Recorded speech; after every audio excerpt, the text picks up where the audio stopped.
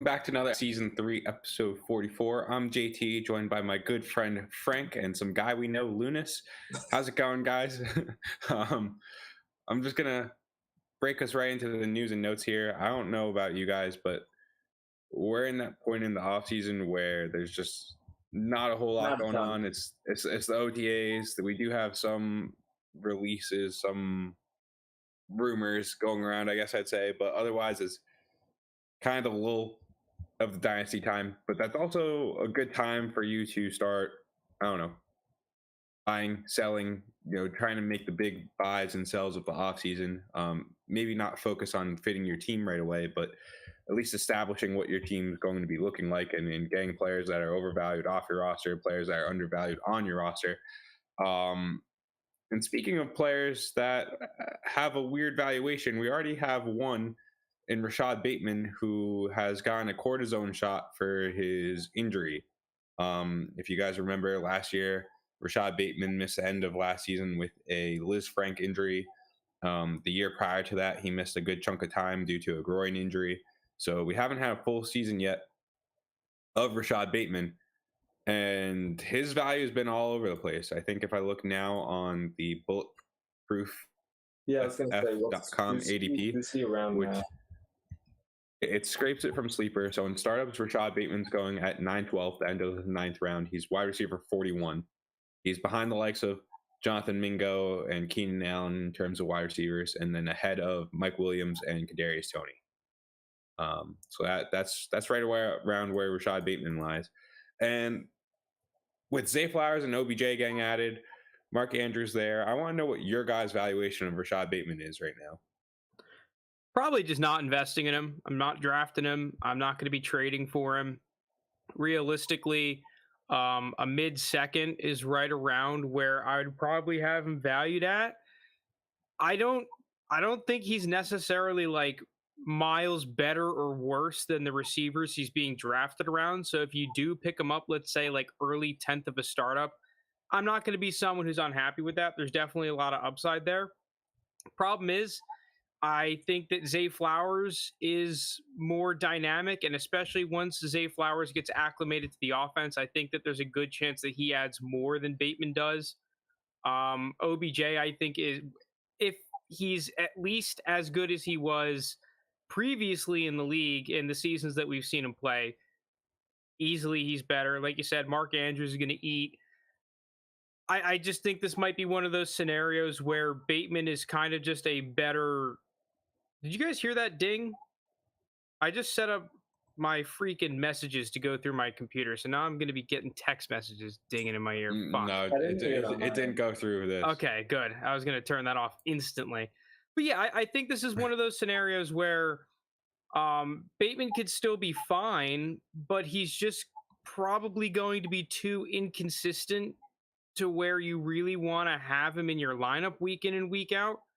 As a depth piece, it's decent, but man, I'm in the territory. I just might rather have that mid-second. I don't know who from this class I'd want to take him over necessarily, but let's say I could exchange Bateman for 206 next draft. That's definitely something I'd heavily consider.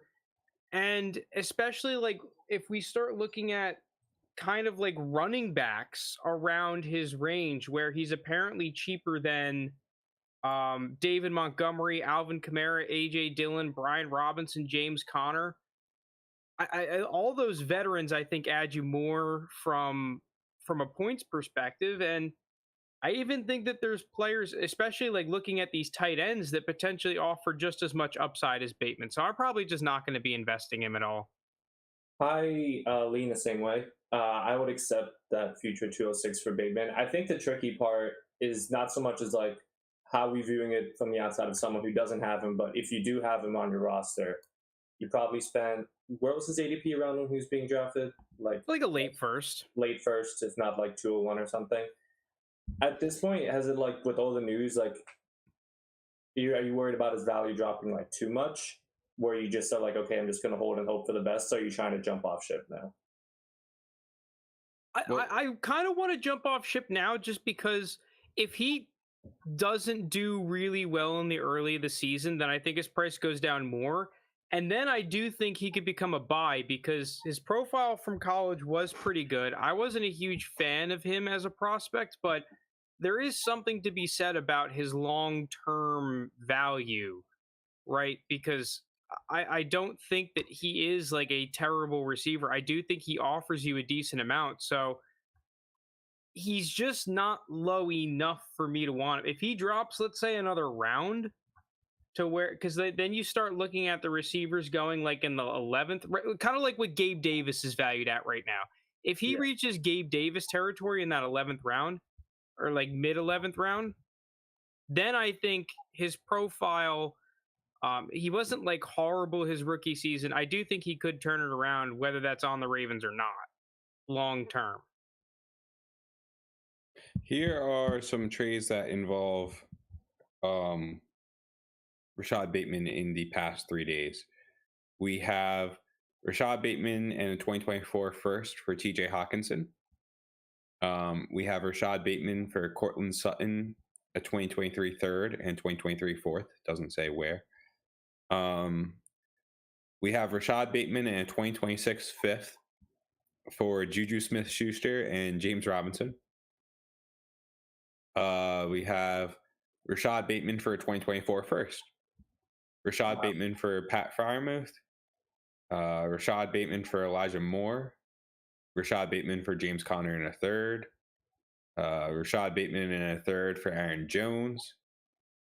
There's a lot of different ways people are moving Rashad Bateman. Rashad Bateman for 210. Seems like valuation is all over the place too. Yeah, I was going to say there was one for first and a late second. Yeah, one for 210. I think a lot of those trades I would feel comfortable doing. Like, would I flip? Obviously, the first one's kind of whoever did that overpaid. But someone like, I think I'd rather at this point have Elijah Moore over Bateman. Considering also the position he's in, that wide receiver 2 spot in Cleveland's wide open. Freiermuth, I think I would take over Bateman. I'd definitely take Freiermuth. Yeah. So yeah, it's like tough to like kind of gauge his value with like, you would need to find like a truther in him to really get like, well, I don't think you're gonna get a first anywhere, but a higher end second. Well, that brings me to my next point is that does Bateman still offer enough from like in the light of the dynasty community and with his upside that we kind of mentioned, are you able to package Bateman, let's say, with a second and move up to get yourself a Deontay Johnson, a future first round pick, a Hollywood, a McLaurin? Is he still valued highly enough to do a move like that? I mean, looking at like Bateman a second here, got a first and a third. That would definitely be enough to get like a Deontay, I think. Because I would smash something like that. Same. And I liked what one of the trades you said, where it was Bateman and a first for Hawkinson. I think that was a good move. Obviously depends on where the first is, but I'm assuming it's kind of a later end or mid. In terms of some of those receivers, I guess it depends on where the second is, but I would do any of those trades that you mentioned, where trying to package him with a second to get an upgrade there and kind of just jump off ship now. JT, I like this one. Are you holding on to him, or are you also on the side of me and Frank of kind of jumping ship, where like now his value is like that mid second? Looking at the trades I said, I feel like there's a lot of them where I'd rather be trading away Rashad Bateman than trading for Rashad Bateman. Mm-hmm. So same. I guess in that regard, I guess I'm going to trade Rashad Bateman. I mean, the one that I found interesting, and I flipped over it, so now I can't see it anymore, but here it is. Rashad Bateman, 106, and David Bell for Breece Hall. I want Breece Hall there. I don't know about you guys, but I 106 want Breece Hall. Yeah, I think I would too. Yeah, 106 is probably JSN or Jahmyr Gibbs. Yeah, I think for Breece Hall, yeah. Unless someone's like really that big of a Gibbs truther, I'd pull the trigger on that. I simply put, I think that's a value increasing move. So even if you didn't like Breece Hall, then you can move Breece Hall into the likes of Chris Olave, T. Higgins, If you really wanted to go for points, someone like a Saquon, you could get plus for Cooper Cup or Devontae Adams, right? Like, I just like the flexibility of Hall there, and I think you're gaining a lot of value. I don't actually think that trade's particularly fair, to be honest with you. Really? 106. I mean, I have Brees Hall. I also have Rashad Bateman in league, so yeah, I probably wouldn't trade Brees Hall for that, but I'd consider it at least. We talked about Treylon Burks last week. A trade here is Treylon Burks for Rashad Bateman and Amari Cooper, and I think there I'd probably trade away Treylon. So I think you're just going into two receivers who are similar. Like, Rashad Bateman has less of a chance of breaking out than Treylon Burks does, but I think it's not enough for me to just throw another wide receiver on top, where I think I'm giving two decent wide receivers for another just decent wide receiver kind of thing. Right. He's really on the brink of being a buy. Because kind of like I was saying earlier, right? If he, at that price in the Amari Cooper trade, you're getting him almost at like an early third, very, very late second type evaluation. I do think that is worth the risk. I'm not a huge fan of the very late second this year. So, yeah. I don't really think that's a bad move by any stretch of the imagination. What's going on, chat? Skull, you have him in 2 out of 3 leagues. What are you doing? You holding him? What's going on, Joe? Joe says Hall easy. I agree. Yeah, I mean, I eventually end up on the Hall side of that, but it's not. Just depends on how you feel about Jahmyr Gibbs / JSN, I think, and what they're going to do compared to Brees Hall. All right, I think that's enough Rashad Bateman talk, though. The next one that we have, I'm going to move these around here because I think this is the one that we spent a decent amount of time on, but it is probably the most prevalent, is Dalvin Cook has been cut by the Minnesota Vikings. Schefter tweeted out officially, I think it was a little less than a week ago. We didn't talk about it on the last pod. Like, it didn't happen by the time the last pod dropped. So it is official. I mean, we've discussed it in the past. But I feel like from a different angle, what do we think about Alexander Mattison? I see he's taking up a decent amount of the Dynasty subreddit currently. Discussions on Alexander Mattison, people trying to argue he's worth a first, people saying he's so overvalued, overhyped, get out of Mattison now. Where do you guys stand? If I could get a first for Mattison, I would. Yeah, I agree. And I think the issue that I have is that when you look at the other running backs, that because it's not, I see the argument for Mattison, right? We've seen it with Pollard right now. I mean, we've seen it time and time again where you just have a legitimately nasty running back in front of the guy that he was behind, on top of them being a young player. I mean, you can go through like Michael Turner. I mean, there's so many examples of this happening that it's not uncommon enough to where Mattison could be a top tier running back in this later stage of his career. The problem is, I think, and I believe the numbers back it up a little bit. I don't have them off the top of my head, so go find a better Dynasty podcast if you want them. Mattison just wasn't as productive when Cook was healthy. When Cook was on, when you look at the guys, let's just take Tony Pollard, for example. Tony Pollard was good when Zeke was still on the team. He was getting touches and was productive and was actually playable in fantasy. Mattison was strictly a handcuff. And I think when you go and look back at a lot of these, and you can expand it from just the running back position, right? Take Dallas Goedert when he was behind Zach Ertz. He was playable. He was still productive, even though there was a dominant, better tight end at the time in front of him. Mattison, that didn't happen. So for this pretty extreme price that he's at, the fact that people think he's in the realm of a first round pick, yeah, it's easy sell, no shot on buying. Yeah, I lean on your side too. I would try to capitalize on like the hype that he's getting. And then like I could see him having, if he's like the main guy, I could see him having a pretty good year, but I'm still selling for that price because he's not talented enough to where he can't be replaced by some like 4th round back next year or just some like cheap free agent signing running back. assuming like that doesn't even happen this offseason, that they don't bring anyone else in. He's I don't know, like you said, like he couldn't produce at all unless he was like fed a bunch of touches, which is why I'm saying I could see him having a decent year this year, but I would try to get off it because I don't think there's going to be much after this season. Recent trades involving Alexander Mattison. Mattison for first, second, and fourth. The first is in 2025, 2024 second, 2024 fourth. Jesus Christ. Mattison for 2 seconds in 2024. Mattison for 2024 second and third.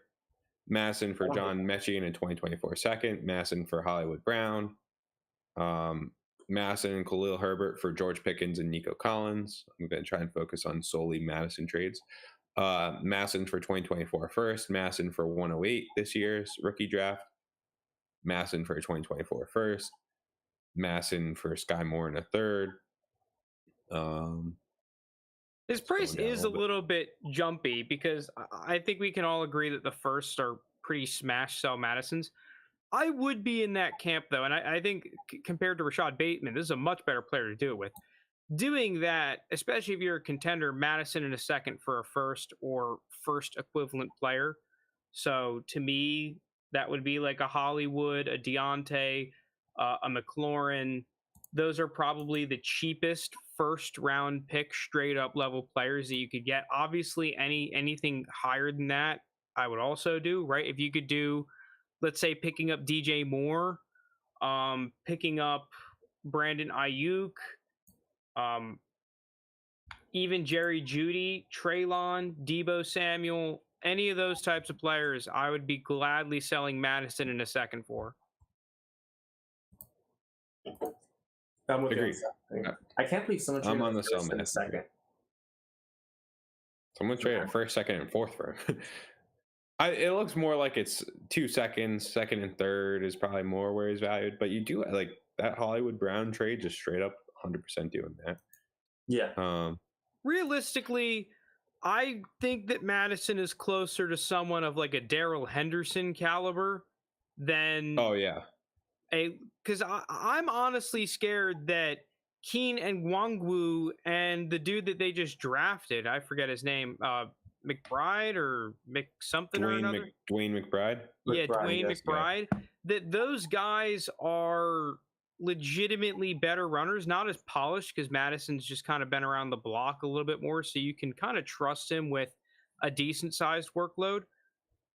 But if those guys start putting it together and are playing well, and or Mattison sucks, because we have seen games where he was in charge where he sucked. Yeah, he has games where he was in charge and he was good, but once again, like I just don't think he's going to be consistent. This is purely just he's going to get volume, he's going to be good. I really don't see the talent that's making him worth anything. And like when you look at it, why is he now valued higher than Cam Akers? Right? Why is he valued high? Like, there's so many running backs. I think A.J. Dillon is a legitimately better running back than him. Zach Charbonnet, even. Yeah, the situation's worse. I think Zach Charbonnet is just a better running back. Miles Sanders, Joe Mixon. He's ahead of Miles Sanders value-wise. I mean, if he's going listen, I don't think you can get a first-round pick for any of those players. So the fact that I have seen Mattison being sold for a first, he's at least in the realm. Yeah, no, that's crazy.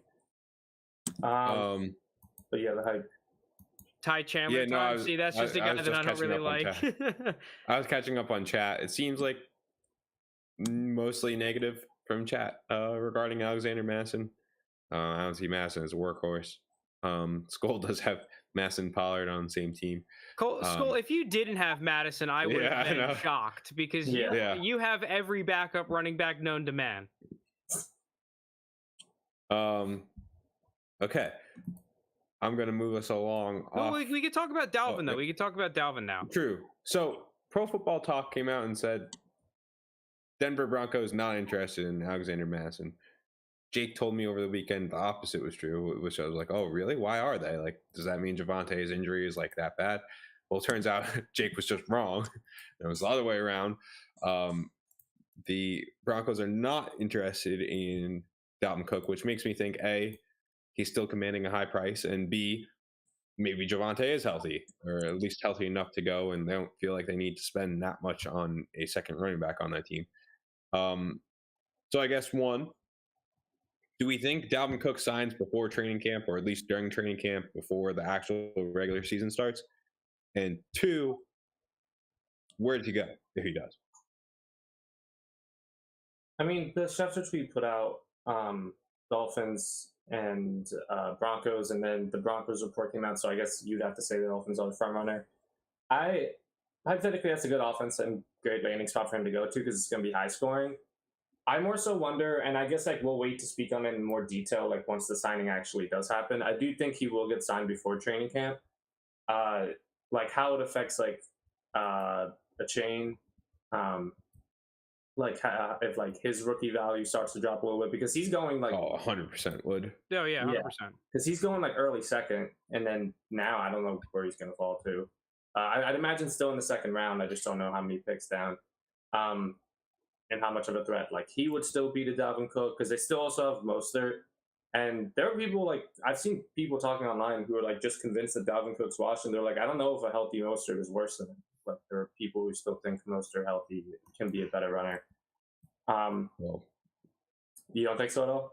I think those people are just wrong. They're gonna say a 27-year-old Dalvin Cook is washed when a 31-year-old Raheem Mostert isn't. Like I don't know what we doing. Like you could be like, oh, like Dalvin Cook gets injured. Raheem Mostert's always injured. I don't know what. Yeah, that's just I don't agree with that. But with Miami, I think a chain takes a huge hit. I think he becomes that kind of third down back, where he's more in the pass scheme. Even though Frank says he's not a good pass catcher, but he's definitely not the workhorse back. That's Dalvin Cook. I think Dalvin Cook steps on most teams and is the workhorse guy. He's the clear cut guy. Like he gets a 75% target or workload share on the Vikings. I don't really see that taking a drastic hit on most teams he signs. Joe's in chat saying Cook had no reason to hurry, and waiting gets him more money if he is an injury replacement. That's kind of where I was going when I was framing my question. I think that's more so what we're going to see because everyone knows like players go down in training camp, preseason. Yeah. You don't want your season to be derailed before it even starts if you're an NFL organization. So we saw it last year with J.K. Dobbins right away. Was Javonte also preseason? No, Javonte was in the season. Someone else was preseason, though. I can't remember. Yeah, that definitely makes sense, where if the starting back on especially a contender goes down, you go and you're willing to spend the extra cash to get a Dalvin. The question I have, though, is that right now the Dolphins are the front runner, but their main concern, and most teams' concern, they don't want to give him that contract. If he starts to get low enough to where the Dolphins are heavily considering it, at that point, do you not start to get the other teams that could just use a running back? Let's say he's getting like $5 million on, or maybe like $7 million on a 1-year deal. You don't think a team like the Bills might just be like, you know what? Why not? The Chiefs, the Bengals, right? Just a heavy contender that they're like, dude, this is just so worth it for the chance at a workhorse back that we can just run into the ground who's going to be good. Oh yeah, and to build on that though, I think there's other teams that have money to just throw around where maybe they're going to give Dalvin Cook more than $5 million. Like my Patriots, for example, we're going to talk about a different player that might have visited with them recently. I'm going to guess that player doesn't sign with the Patriots. So then they just have this cap space to throw around. You have Damian Harris who left. You have a good Ramondre Stevenson, but then the rest of the guys are just, I don't think they're good personally. I mean, you hear good reports out of training camp about them, but I don't think they're that good.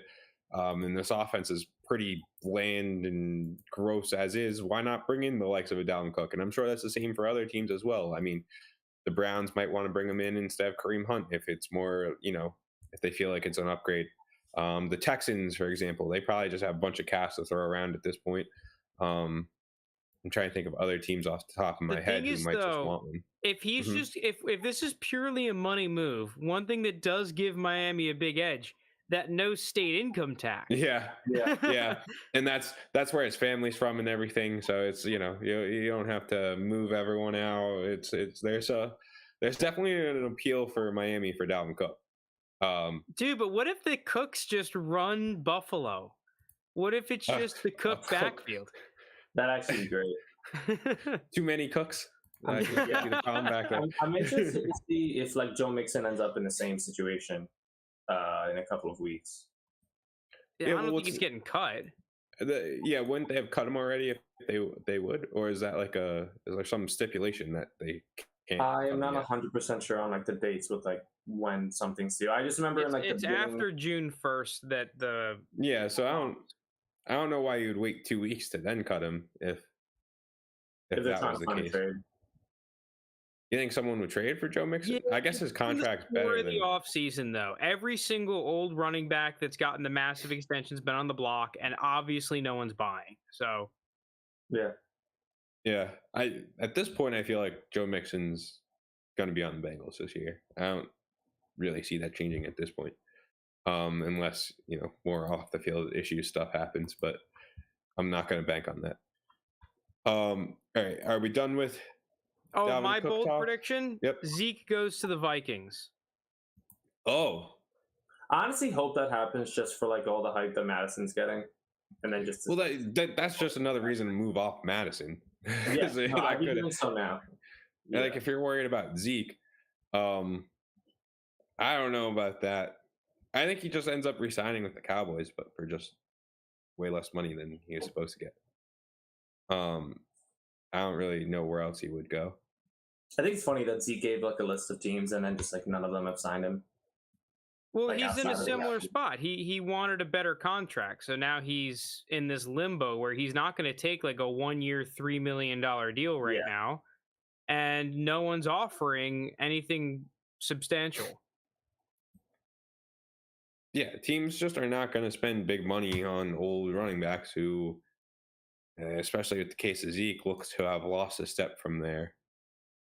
But it's not only that. Teams like the Bills and the Chiefs, who both could use a running back like that, they have to create cap to sign these guys. Mm-hmm. So it's not just a matter of, we don't want to give them a $7 million deal. It's, okay, now we're mortgaging our future a little bit. Obviously, they have good players that they can do some cap maneuvering bullshit with. But there's a huge argument to be made. It's like, well, what if we just spent that $5 or $6 mil elsewhere? We've got fucking Mahomes and Josh Allen. Like, is this really the player taking us over the hump that's worth? I think that's a huge argument to be made for that. So, yeah, if that price gets down to like $3 mil, then those teams I think are in. The Chiefs also last year, they just took Jerick McKinnon, who was doing nothing, after Clyde Edwards-Helaire was doing nothing, and they're like, this is our guy, and we're going to win a Super Bowl with this guy. And they could have done it with probably any running back and have been like, yeah, we're going to win a Super Bowl with these guys. So, I mean, it kind of shows you where the running back position is now valued in the NFL standards. Well, especially when you have a top-end quarterback. You can get away. Yeah. You don't need to be fucking prime Dalvin Cook to run against the light box and get enough yards for your offensive coordinator to be happy and for a team to have to start respecting the run. You really don't need that. Exactly. Unless any of you have anything else to say on Cook, because it's kind of relating to the this topic. Not paying running backs, yeah. Yeah, with Saquon now and his contract issues. Are you guys worried about it at all? Or you guys think the deal gets done? Worried about, like, thinking Saquon's going to hold out kind of thing? Yeah. And no, I think Saquon signs with the Giants. I don't know if you guys saw what his whole theory was, that, like, the Cowboys and the Raiders tagged Tony Pollard and Josh Jacobs, respectively, to keep the price tag of running backs down because he thinks he was going to get paid a lot more. I think that probably wasn't the case, that he was going to get paid a ton of money. I mean, he's in a different realm in terms of quality of player than Dalvin Cook is, but I mean, we've now seen Dalvin Cook go almost a week without signing and isn't getting the money he's looking for. So I think Saquon might be starting to realize that, hey, it's kind of just unluck of the draw, where it's like you're playing a running back position, and NFL teams have all decided not to really value that position anymore. So you're likely not going to get that big contract that you're looking for. It does seem like something where they would be able to make a compromise, though. Like probably Giants come up a little bit, Saquon comes down a decent bit, but I think he ends up signing and playing with the Giants this year.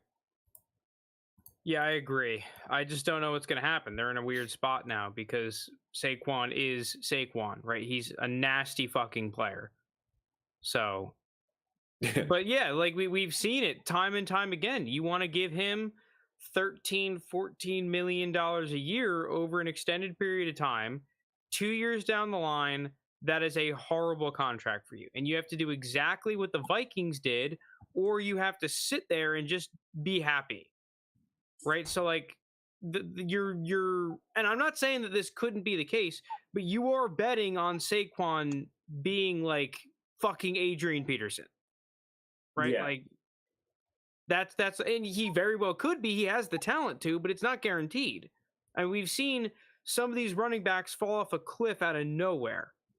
Wherever Hunt, Zeke, or Lenny end up are going to nuke some running back situations. Yeah, I completely agree. It's just impossible to tell. We talked about that a couple weeks ago on the pod too, where it's just like a lot of these running backs, especially the not great ones, are being valued pretty highly for running backs that can instantly get their job snatched away from them. Looking at what was the biggest multi-year contract giving this offseason, I think it was to a running back. Pretty sure it was Miles Sanders, who obviously isn't in the same tier as Saquon, but still pretty good. He got 4 for 25. Which is about 6.2 mil per. And even then, it's like... That's what's interesting right now about the running back position. It's not that it's not valued. It's just that the top end has been completely shrunk. Because if you look at the running back contracts of the mid running backs, they actually got paid, right? Jamal Williams got paid. Miles Sanders got paid. But you have to pay 2-3x that for a Saquon, which is where the real discrepancy is. It's not that these running backs, it's not like teams are like, oh, we hate running backs. They're still being drafted pretty high and they're still getting deals. They're just not getting 15, like the top end guys you just don't want to give this crazy fucking contract to, where you're giving up a huge chunk of your cap.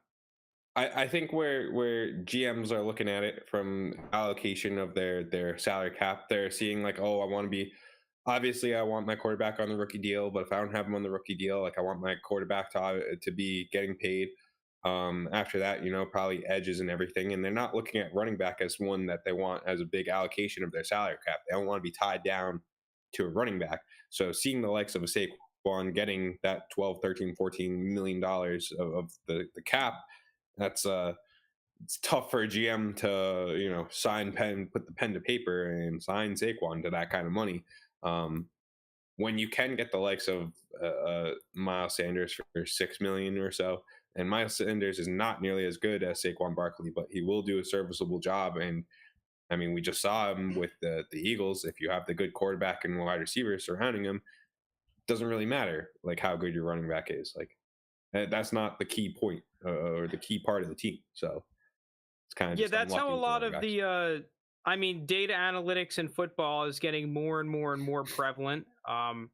And a lot of these GMs that teams are signing are heavily influenced by the data analytics. And a large part of that is how they're constructing their rosters. All the teams that heavily value the running backs, right? Like the Steelers are a team that drafted Najee in the first, but they still have him. So like, why are you going to go get Dalvin Cook, right? The Patriots have a guy like Ramondre Stevenson. You can make a clear argument that Ramondre Stevenson is not just even like a top 10 back in the league, but even getting higher than that as he gets more developed into the NFL, right? Like the teams that heavily value the running backs already have them. So that's where like another kind of problem, lies. Anything else you guys want to touch on with Saquon? Is this impacting your dynasty value of Saquon at all? This whole thing coming up with him? It doesn't impact my dynasty value of him, but it is like kind of. I do think ultimately he'll be playing week 1 because I think the Giants have to pay him just because of how important he is to that offense. I would kind of be like in the back of my head, like, oh, like if he sits out like the first couple weeks, that'd be really fucking annoying because that's RB1 production that like you now have to like replace in your lineup. So I think it's mostly just that concern, and then maybe looking at like seeing what like who his handcuff is. But I think ultimately they'll figure the contract out because they need. I can't imagine the Giants' offense like being able to run without him. What about Saquon long term? Are you nervous about Saquon long term at the current valuation he's at right now? Well, what's his current? Let me pull it up. I want to see how he is in relation to some guys at other. He's positions. in the smack middle of the third, right around T. Higgins. So like, let me just. Here's a couple interesting players that I think you could legitimately get after Saquon in startups. Mark Andrews, Devontae Smith, JSN, ETN, and I'll cap the list there. And I'll throw in Ramondre as well. Like, is the age factor of Saquon now starting to come in play to where you would rather have that list of players that are just younger, but you're sacrificing production for hopefully. Did Frank freeze for you also? He did freeze for me. Okay, but kind of going off his list, I do think it is interesting. I think it depends on what position your team is on. Because I don't think at least that you're as high on him as me, but like someone like Travis Etienne, if I was trying to get younger, if I could like. Oh no, I like Travis Etienne. Oh, okay, you do. I forgot who didn't. Maybe Jake. Jake doesn't. Okay, yeah. Because someone like him, I think you're paired with Trevor Lawrence. That offense is only going to become better by the years, and I think higher scoring. So someone like him, I think it's intriguing. Or even like Frank mentioned, Mark Andrews. So. And I don't think it's just Saquon. I think you can apply the same logic to McCaffrey, even though I know McCaffrey kind of has a higher ceiling with points, but he's had his injury issues.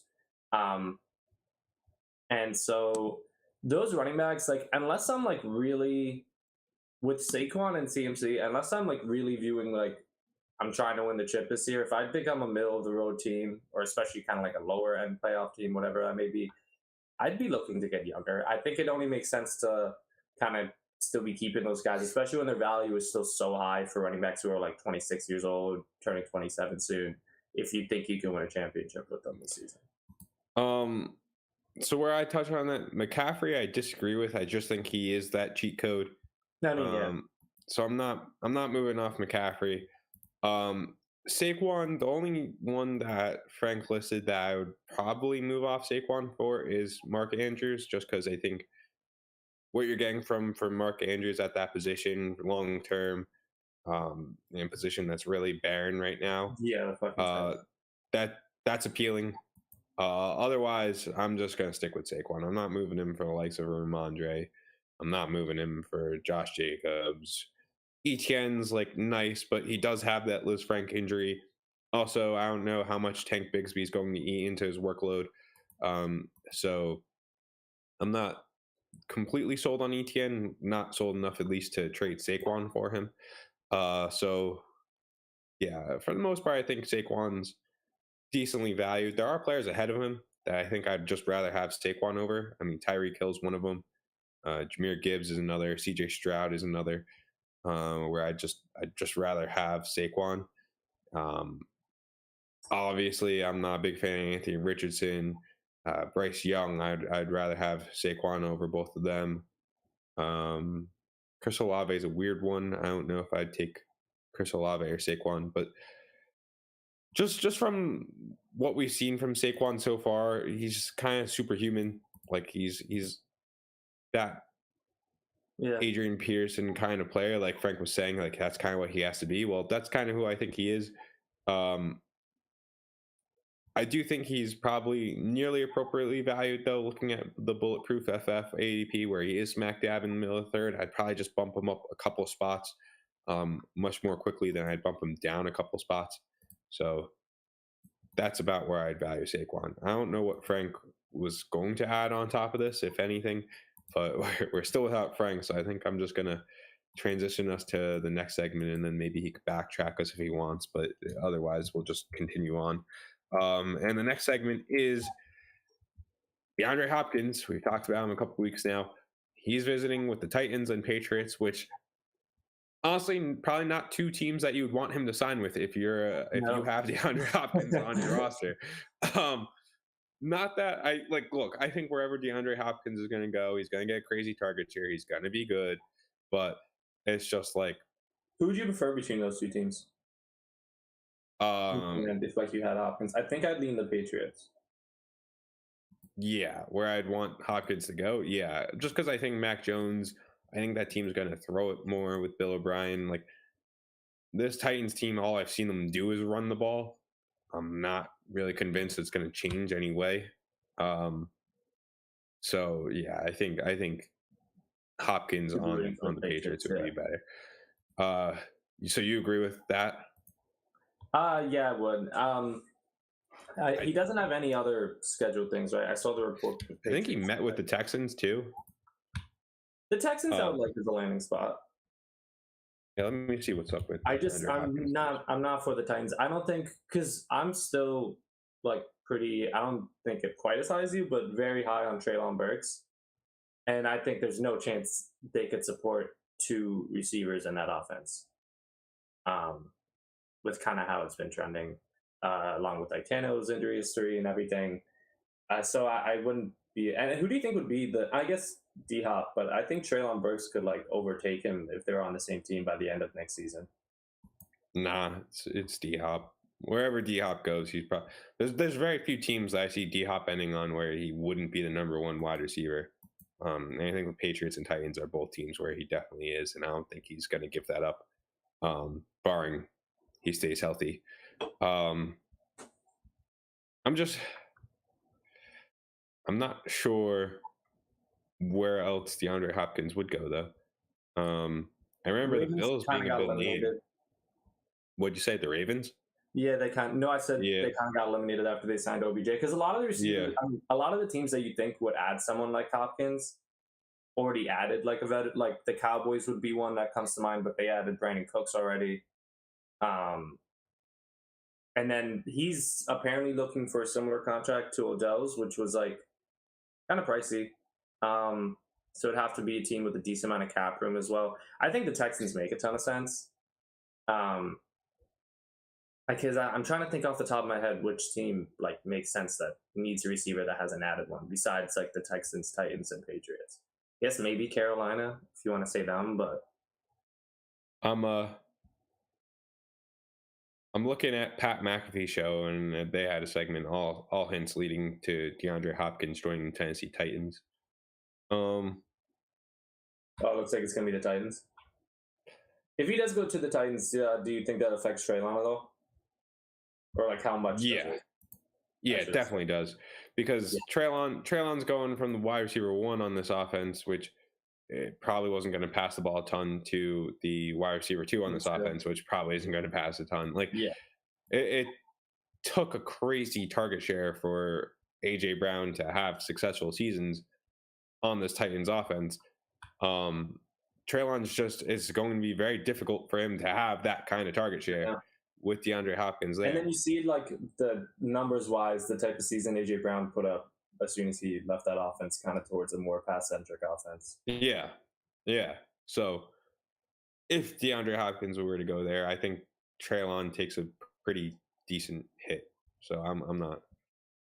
We talked about Treylon a couple weeks ago, in just where his value was, and there are a decent amount of paths to him losing value.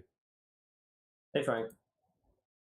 Oh, I don't see. He's not in the YouTube yet, but. But yeah, boom, back. I know it would take a big hit on him. Do you think if D-Hop does sign there, Treylon's value kind of drops to where you might be able to get him for somewhere in the second round? No. You don't think it would go that? I think his value would firmly go to around where Calvin Ridley is at, where he's in a little bit of that Mixon paradox. Between the early second versus first. Yeah, I just think he's closer to a first still than he is a second round pick. I wouldn't sell him unless I could get a first back. But I was just wondering because I was going to say if that is the case, then I'd be trying to buy him for seconds across leagues. Yeah, I'm not sure that's going to happen.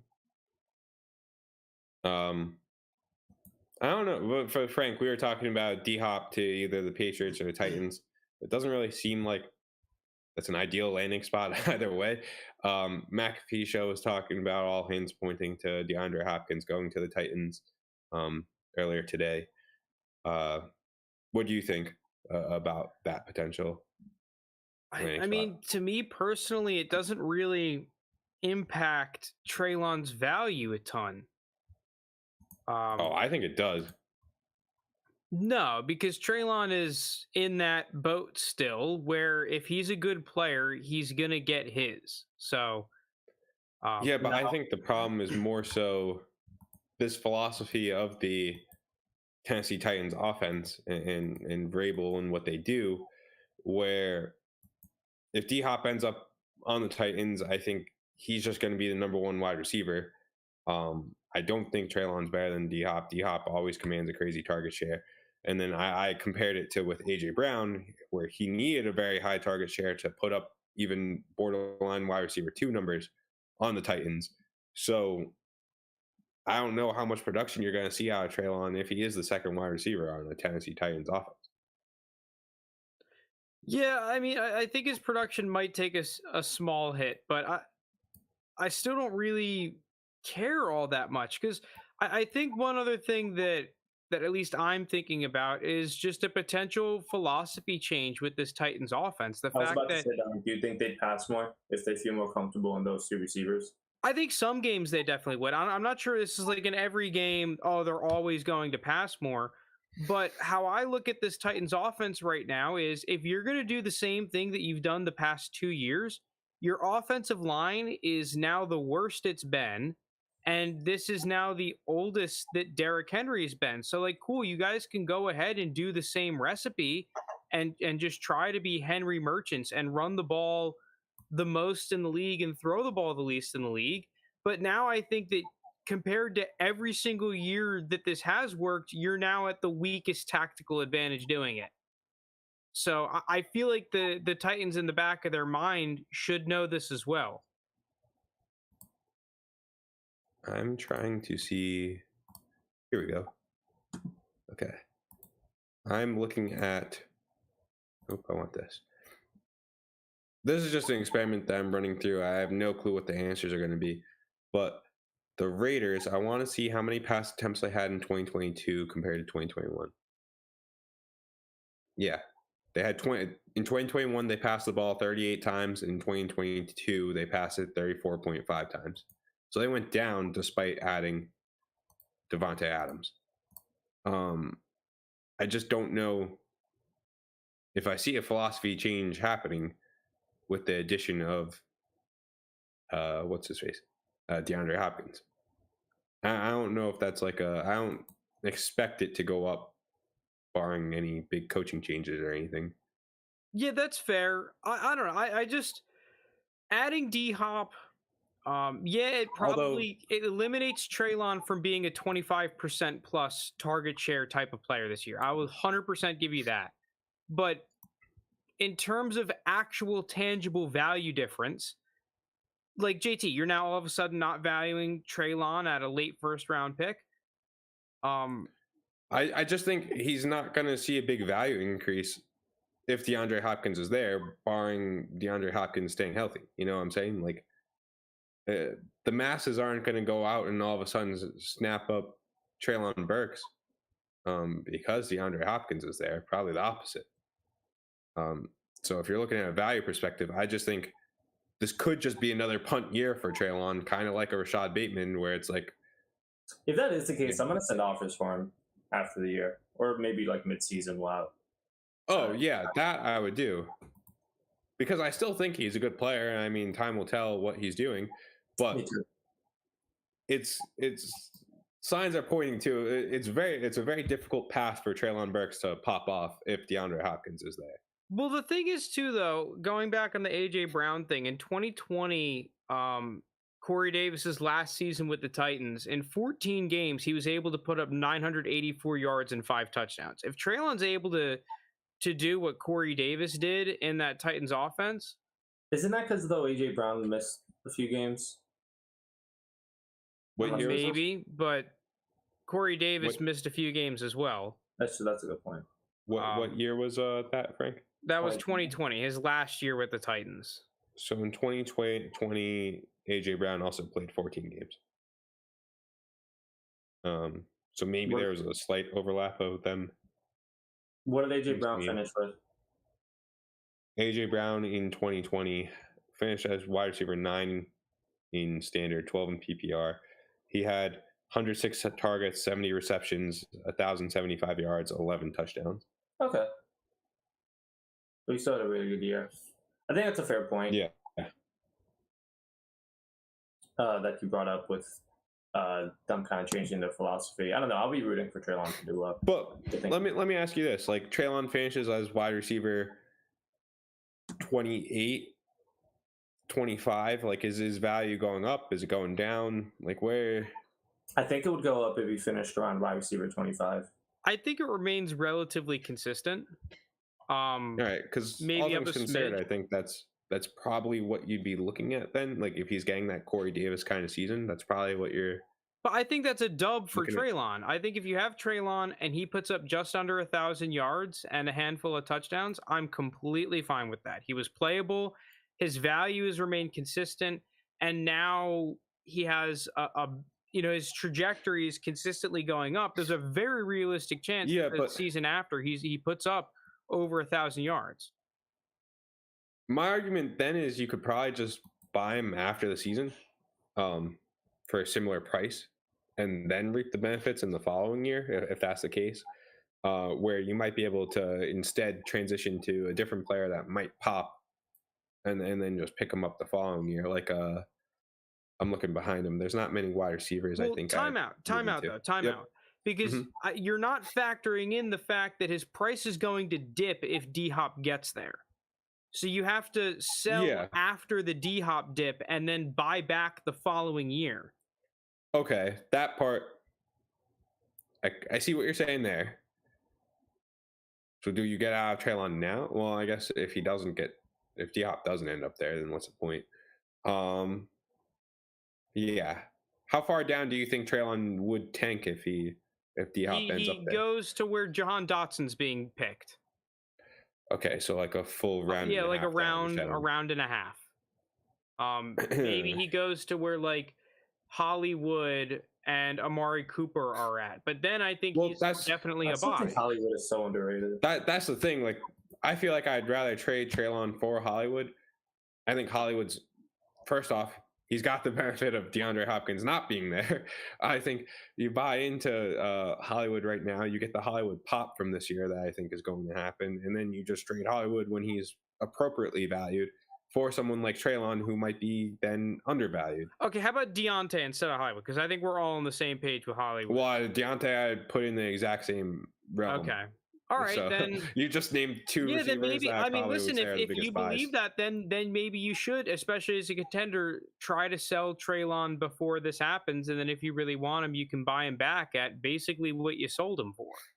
Yeah, because in a world where DeAndre Hopkins does end up on the Titans, I see very few paths to Treylon increasing his value next year. Not saying he doesn't, but it's going to be much more difficult than if DeAndre Hopkins isn't there. So, because if you have Treylon after D-Hop signs with the Titans, you can still trade Treylon plus for a receiver that you think is going to be really good. Someone like Hollywood, McLaurin, right? That whole tier of receivers that I said earlier on the podcast, Godwin. You can go for upside with like a Flowers. You can give Treylon and a second and easily get one of those players in your league. So maybe there is merit to that. I don't know. I still like Treylon though. I think that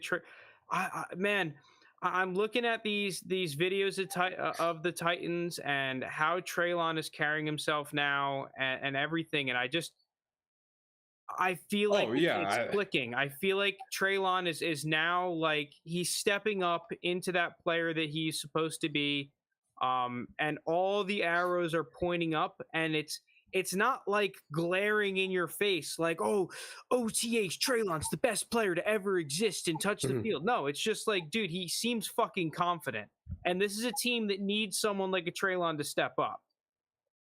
Oh yeah, don't get me wrong, I really like Treylon. It's just that if DeAndre Hopkins ends up there, I'm feeling much worse about Treylon for this year specifically, not for all of Dynasty. Yeah, it's weird because of how much they run the ball. Because most of the time, I really don't care that much about a second dude entering the equation.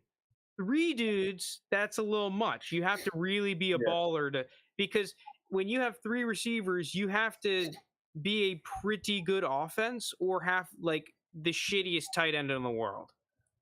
Well, and speaking of that, your guy Chig would also take a huge drop, I feel like, if DeAndre ends up there.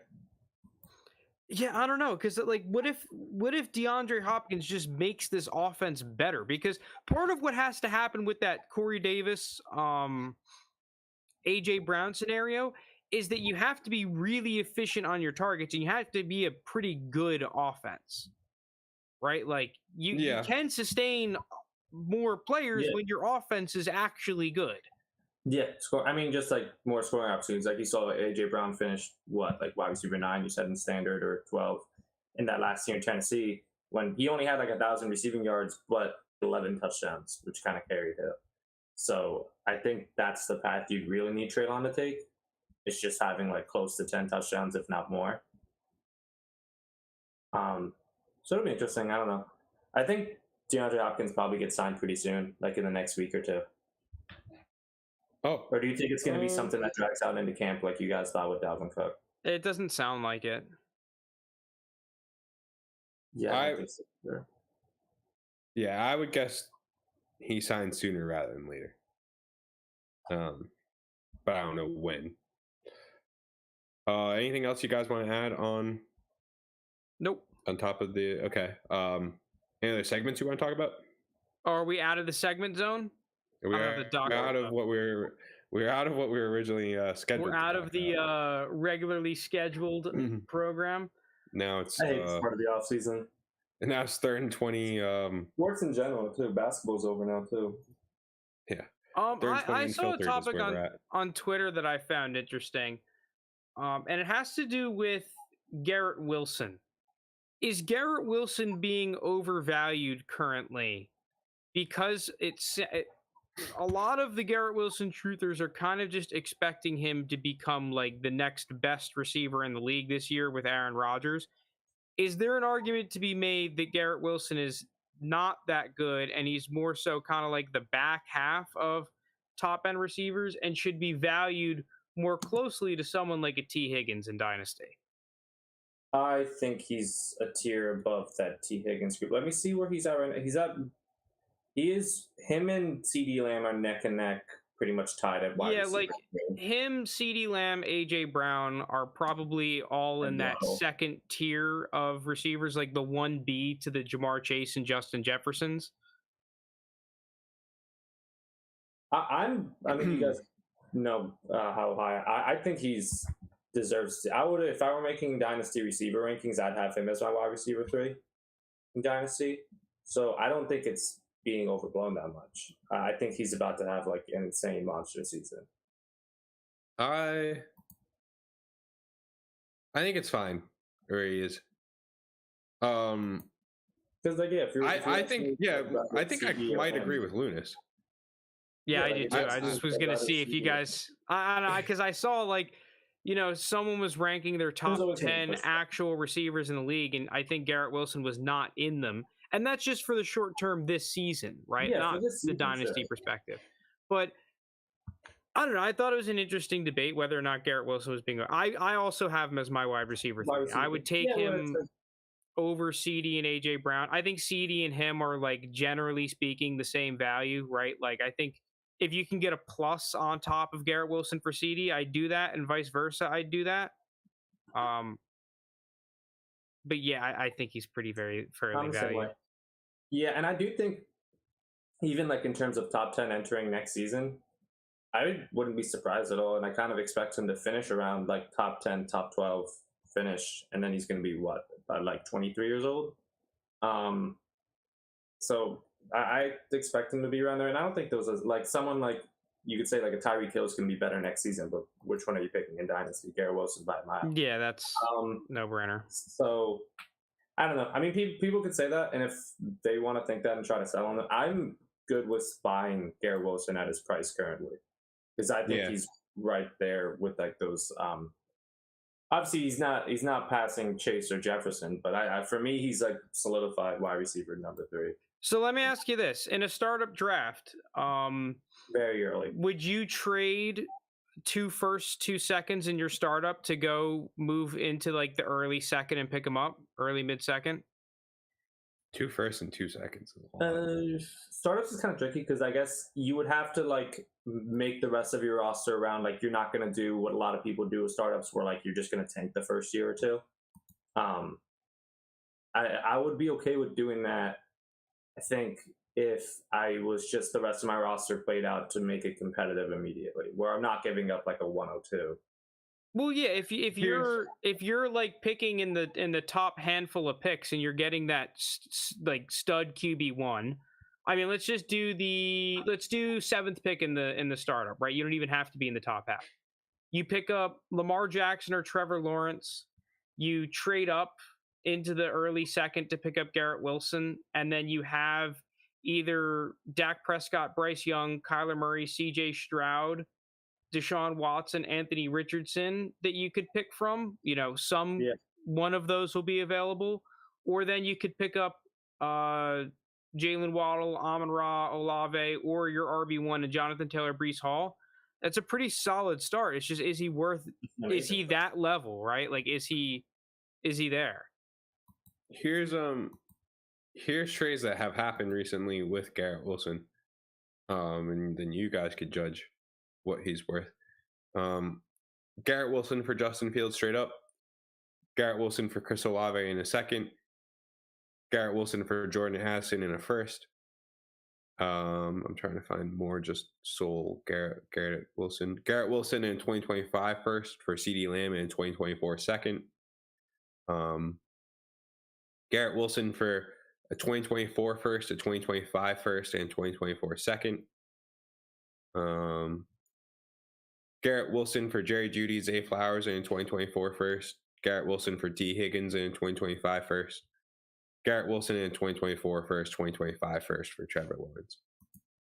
So I think he's generally speaking around the 2 late firsts and a second or 2 seconds, somewhere around there. That's what it appears to be, yeah. Like, are you still buying at that price? I'd much rather, well, let me see if I could find now if we're talking strictly players. I'd much rather do like a player trade for Garrett Wilson than giving up my first. School saying I have Garrett Wilson. I think he's overrated like most wide receivers are. I don't think so. So looking at like, would I trade Jalen Waddle, Aaron Jones, and a third for Garrett Wilson? Yeah, that trade happened in the league. Oh, interesting. Well, I was very interested in the trades where it's like Addison and a first for Wilson, or maybe like if you're a contender, I would DJ do that. Moore and a first for Wilson. I would trade Addison in a first. I trade DJ Moore in a first for Garrett Wilson. I trade both those guys. Where it gets interesting is like an Amon-Ra in a first for Garrett Wilson in a second, because they're rated pretty equally, but that's a trade that did happen. And that would be somewhat close for me, because I do think Garrett Wilson can make that jump to top 3 wide receiver. Amon-Ra, I just don't think can do that. Yeah, that's a tough one. Amon-Ra is hard because I definitely like Amon-Ra, because, I mean, as a receiver, you have to be good to demand like what he had like a 27% target yeah, or something. It was high. So you have to be pretty good to do that. But I also don't think that Amon-Ra is this dude who's going to go out there and put up like 1,500 yards. Right? Yeah. Like, I think that his upside is kind of what we just saw last year. Skull saying the Knights are up 2-0. Absolutely not give up 2 firsts and 2 seconds. Yeah, at that point, I wouldn't do that. I think that depends. I do think that depends, because if those are all late picks, like if you make back-to-back championships in a 12-team league, I think that trade is very worth it. If I give up 2 111s and 2 211s, like that, to me, that's a pretty darn good move. But yeah, you have to make 2 championships in your 12-team league. But I mean, let's say you give up 110 this year, which is either Zay Flowers or Dalton Kincaid in most leagues, and then you give up your first next year and then 2 seconds. You know, you could do a late second this year. Let's say 210 this year and a 24 second. Now, what do you think about that?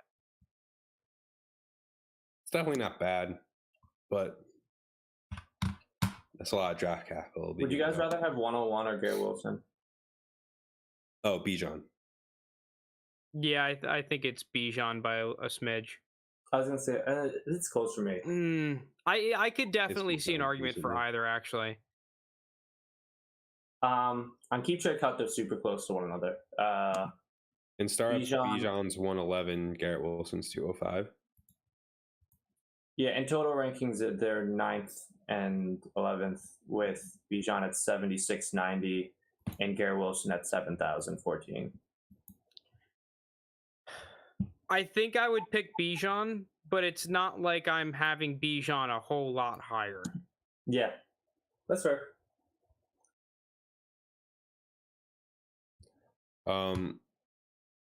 Anything else you guys want to talk about? Oh, we're in the free 3rd and 20 unhinged, I guess I'd call it. Well, yeah, if anyone has anything they want to talk about in chat, feel free to throw it in while I try to think of the next thing I want to speak of. I think we talked about Kenny Pickett in one of the relatively recent subs. So 2 weeks ago. Right. So I'm not going to bring him up. I think Austin Eckler's overvalued. Same. Agreed. Isn't it likely that this is his last year on the Chargers? Probably. Yeah, that's what I thought. He did show up to camp, though. Yeah, but the thing is, I just look at that 406 current price tag. Dude, I think that there's a very realistic chance his price literally cuts in half. I agree. Well, I mean, just simply out of aging, I think it probably will get close to that. Yeah, there's aging, and then there's literally your price gets cut in fucking half. Yeah. Because, like, you could make the same argument for Aaron Jones, but Aaron Jones, I think he went up a little bit in value. Like, his value has not moved from last year to this year. He's running back 28 this year. He was that low last year?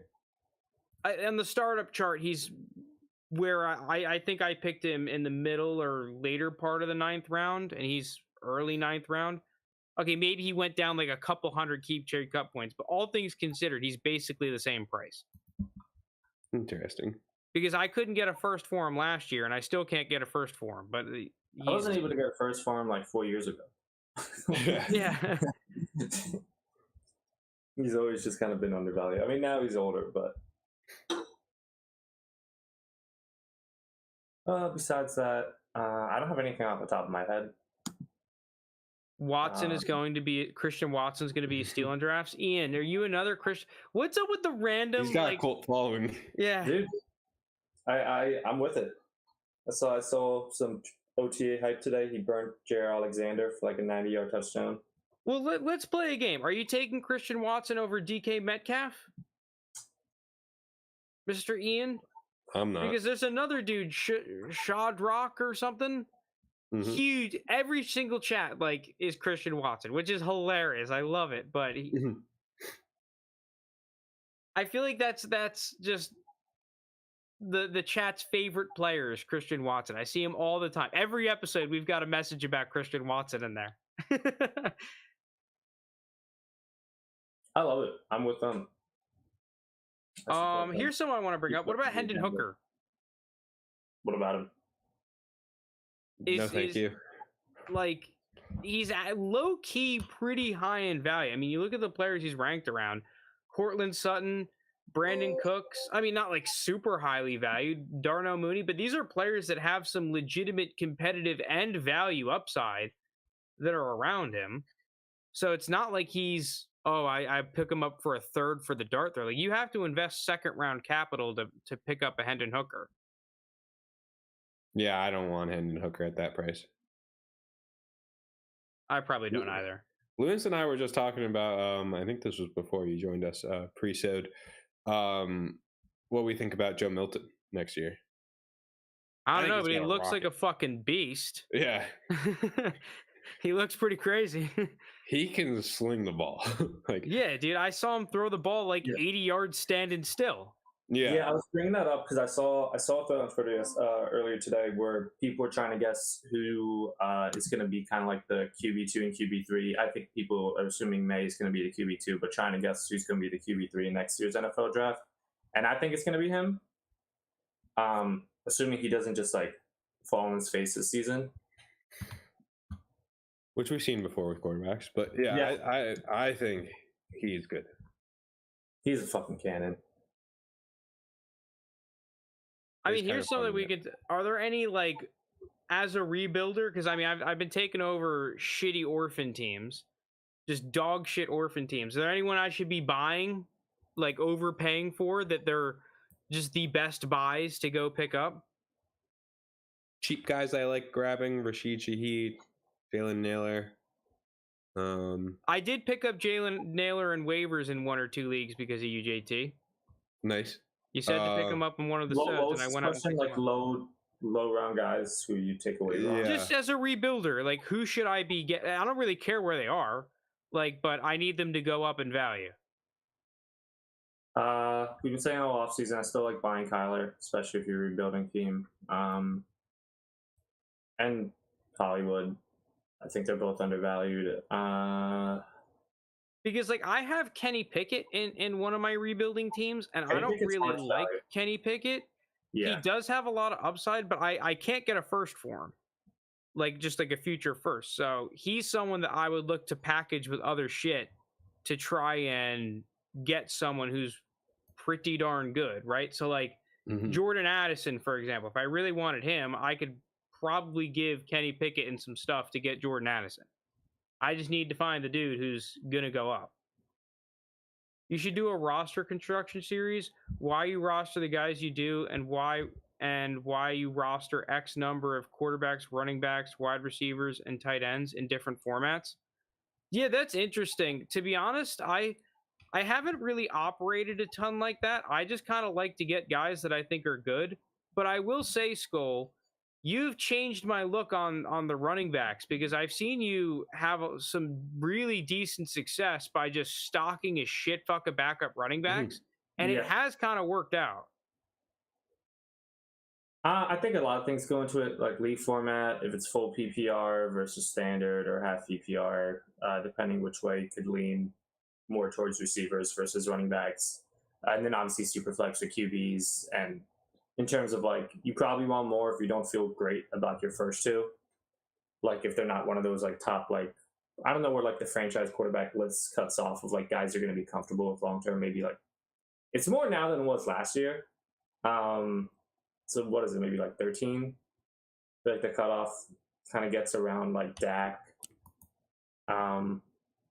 So if you don't have, like, two of those top guys, I'm probably more likely to carry more QBs on my team. And in terms of receivers and running backs, I kind of lean with Frank's side, where I don't put, like, too much thought into the specific number of each. I just think one of the issues I run into with the roster construction game theory, at least with good, like, the higher end players, is that no matter what, if you have players that are good and highly valued and scored, it doesn't really fucking matter how many you have or what the league format is, barring complete outliers. And I guess one thing I would say is that in the traditional format with just the 2 receivers and 1 flex, I do have like a little bit of a hit towards the receivers, a smidge there. because then at that point it's like replaceable receivers are just like very But I've structured all of my leagues now are 3 receivers, multiple flex spots, and a super flex spot. So it's like now that doesn't really matter as much in those leagues. And like, yeah, for the back end guys, I think that there's a huge argument to be made about like you might as well just roster whoever a handcuff running back is over a random receiver that you kind of like. But once again, Yeah. that argument goes like Rashid Shaheed, right? He could fit that roster clogger receiver until he's good. And then it's like, okay, I just sold low on, I sold Rashid Shaheed for a third, and now he's like a legitimately good receiver. I think there's a difference between the Rashid Shaheeds of the world and the Mecole Hardmans, Paris Campbells. I'm just trying to look at like players ranked. Tyler Boyd, like we know what Tyler Boyd is at this point. Yeah, we know what Adam Thielen is. I'm looking around who's ranked around him. But there is a difference between that young rookie second year wide receiver and kind of established. Like they're okay. They're going to get you 8 points a game, but they're not going to do anything much more than that. Kind of players. As far as like roster construction goes, though, if I could throw my 2 cents in here, unless it's like a crazy different format, like I typically only play Superflex, mostly tight end premium. So unless you're like getting like a crazy deviation away from that, like just a standard 1 QB league or something, like I typically just roster of players I like and don't really care about what the position breakup is, like unless it's like wildly like I only have 1 starting quarterback in Superflex, I think typically I'll try and have 3 starting quarterbacks, maybe 4, 2 to 3 starting running backs, bunch of handcuffs, or just like low level kind of like floor play guys. Wide receivers, I like to have 3 top 24 at least. And then just a bunch of random guys. And then the tight end, I want to have like a top 5 tight end. And then just give me 1 or 2 interesting guys. But I don't like to roster a bunch of tight ends at this point. I find it just hasn't been worth it. So that's kind of my roster breakdown, I guess. And then I won't really typically deviate from that. Like there's players that I think are undervalued that I'll go out and get, and whatever it takes to kind of get them, I'll try, as long as I'm not paying above what I think they should be valued at. And then vice versa, players that I think are like, I'll just go with like Nick Chubb last year I thought was overvalued, so I traded away Nick Chubb. Player that I thought was undervalued was, I thought CeeDee Lamb was undervalued when Dak went down, so I went out and got CeeDee Lamb, and then I thought he was overvalued when Dak came back, so then I traded CeeDee Lamb. I don't know, but I'm not really like tied to many players.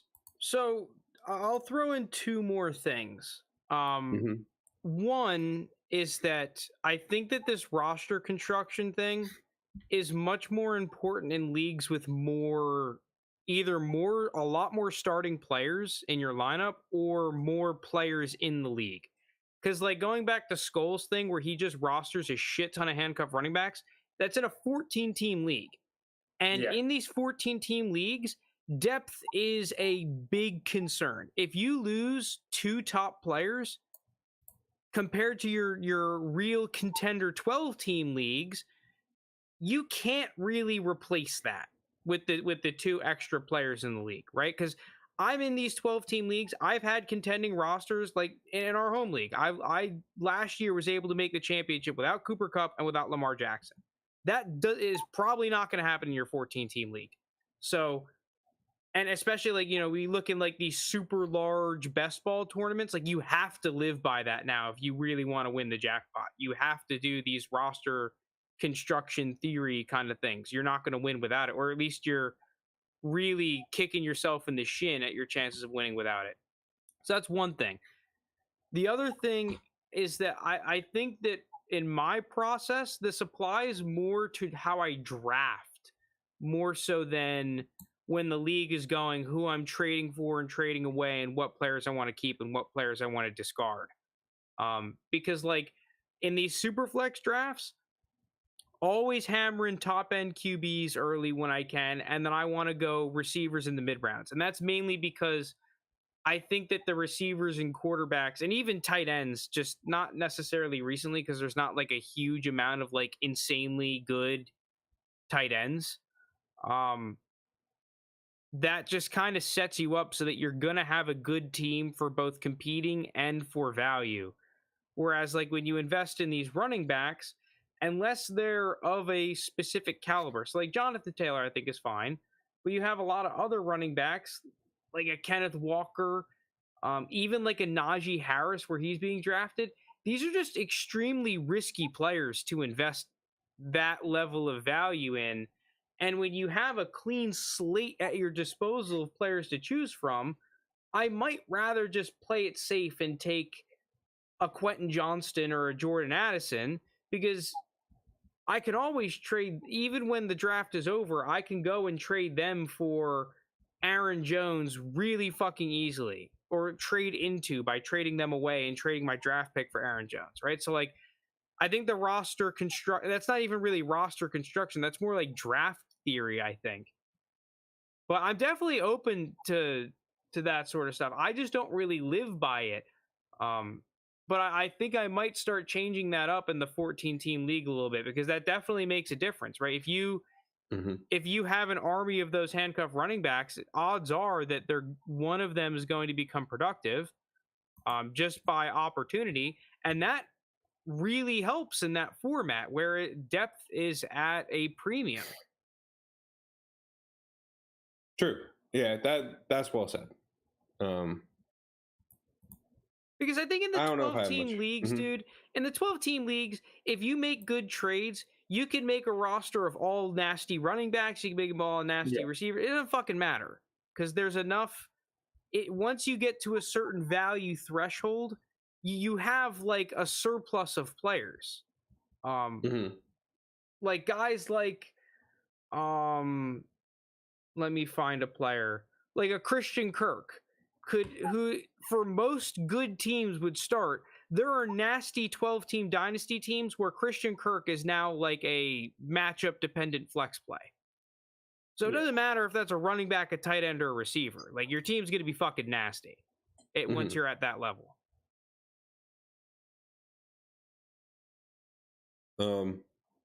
Anything else you guys want to talk about? Oh, not off the top of my head. Orphan team, Hollywood, McBride, Kyler, Tua. Yeah, are those all your good? Just a better start than a lot of times you'll get at quarterback in orphan teams. Yeah, at least you have good young quarterbacks on that orphan team. Because you have a nice. Times, I was gonna say a lot of times you go to an orphan team, you hope for one. A lot of times there's none. Like you guys remember the one you guys took over? There was a jack shit. Yeah, Sam Darnold QB1. I mean, the league I'm in, it was Kenny Pickett and basically no one. Kenny Pickett and Sam Darnold. There's like a common theme there. Yeah, so I like that. You see common theme. Yeah, so I mean, I like that. You're starting off with those two guys. That's better than a lot of orphan team situations that you're going to see. But yeah, I'm not sure there really is a one size fits all or a strategy that in the 12-team leagues that I've seen, it's like, oh yeah, I'm 100% like, because when you're going the roster construction route, I think you kind of sometimes come to a crossroads where you have to forego a higher valued asset for your roster construction theory, right? So, for example, in a draft, it would be like, okay, I'm going to take Chase Brown over Jalen Hyatt, even though I think that Jalen Hyatt is better, but I need to amass more handcuffs. And I'm not really willing to buy into that right now.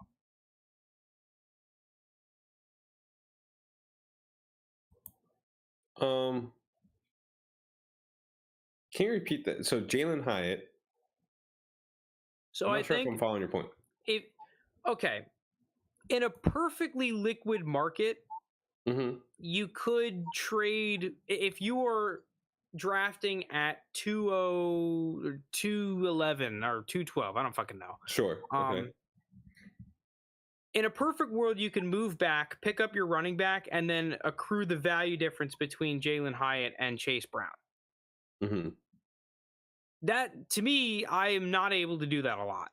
So when I'm drafting and I'm constructing my team, if I'm going to go with Skull strat of just amassing handcuff running backs, eventually you're going to reach a point where I have to forego a receiver that I like more for a running back that fits my roster construction theory.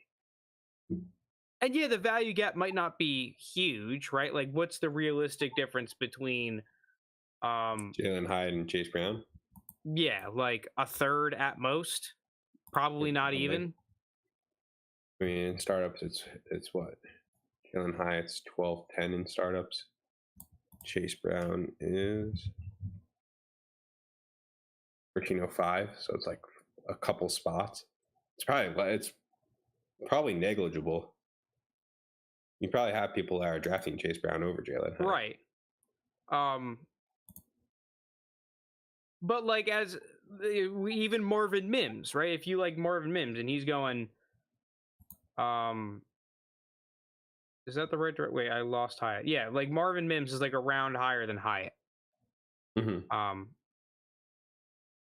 Like are you now, if you can't trade back and you really want to follow the strategy, are you gonna take that running back, or are you gonna draft the receiver that is higher valued and you might like more as a prospect? I think that's the difficult thing I would have following it. Yeah, personally, I go with the player I like, or more so the player that's highly valued than the player. Like, I don't want to try and outsmart ADP when there's that big of a gap. If you're telling me it's, let me look at. I want to make sure I'm not talking out of turn here when I see where they're ranked. Yeah, they're ranked right next to each other. If you're telling me it's Quinn Johnston and Jordan Addison, like, I'm hitting Quinn Johnston every time. Yeah. I just like him better. Now, theoretically, let's just say Quinn Johnston was ranked the spot behind Jordan Addison instead of the spot ahead. But if it's the difference between the likes of an Anthony Richardson, someone who I've been on the record just saying that I do not like, compared to the likes of Zay Flowers, who I decently like I'm just not gonna. It makes no sense to skip out on that value. That might have been a little too extreme, but like, you know what I'm saying? Like I'm just gonna go where the value is, and then I'll find a different way of recouping that value. And maybe it doesn't involve, like, say I like JSN over Anthony Richardson. Maybe it doesn't involve trading Anthony Richardson for JSN plus. Maybe it's trading Anthony Richardson for give me another quarterback, like I don't know if you could get Deshaun Watson, although he's ranked ahead of Deshaun Watson. Maybe it is. Maybe it is trading Anthony Richardson for Deshaun Watson, who I just like a lot more. As you could probably move Anthony Richardson to Dak Prescott. How about that? Yeah, okay. I'll recoup that way. And there's no way that I'm going to be able to trade JSN for Dak Prescott. Like, it's just, it doesn't work like that. So that's more so how I'd be doing the roster construction if we're talking about that. It's, you gotta be more creative than a 1-for-1, especially with the draft. There are other ways to win. There are other ways to get it than just a 1-for-1, a move back, a move up. Right. I don't know. I guess the all in all, my last point on the roster construction is that outside of like what you do with your very shittier assets, I don't know what the right words for it is, but yeah, if you're like in the 15th round of your startup draft and you're like, yeah, I'd rather have Jalen Warren over Romeo Doubs. Okay, I can get behind that, because it's like you're these guys are both illiquid, annoying roster cloggier players. And if you're just like, dude, I want to have the chance of upside on Najee getting hurt rather than Romeo Doubs actually being good, I can get behind that. But when it comes to like the second round and above, it's almost like, yeah, once you start taking bad players, the whole thing falls apart. Mm-hmm. So I've always kind of just operated in, I just want good players. And also for the fucking bad thing, like if Romeo Doubs goes out there and starts putting up 1,200-yard seasons, you're going to be pretty fucking pissed you took Jaylen Warren. True. But at least in that one, that case happening is much less likely than with the top tier guys. Mm-hmm. Because, yeah, like if you could find someone in the 19th round of your startup that is going to put up 1,200 yards, like it doesn't fucking matter what position they play. Like you're all, I guess if they play quarterback and only put up 1,200 yards passing, that's rough. But outside of that, but yeah, that's such an outlier scenario. Yeah. All right. We can end it here. Okay. Made it this far. Thank you so much for listening. Thank you so much for watching. Skull, I'll think about this more. The roster construction thing. And we can maybe talk about it in a future show when we get some more thoughts together. But yeah, thank you guys so much. We really appreciate it showing up in chat. We love y'all. But yeah, peace out. Have a good one and see ya. Thanks, everyone.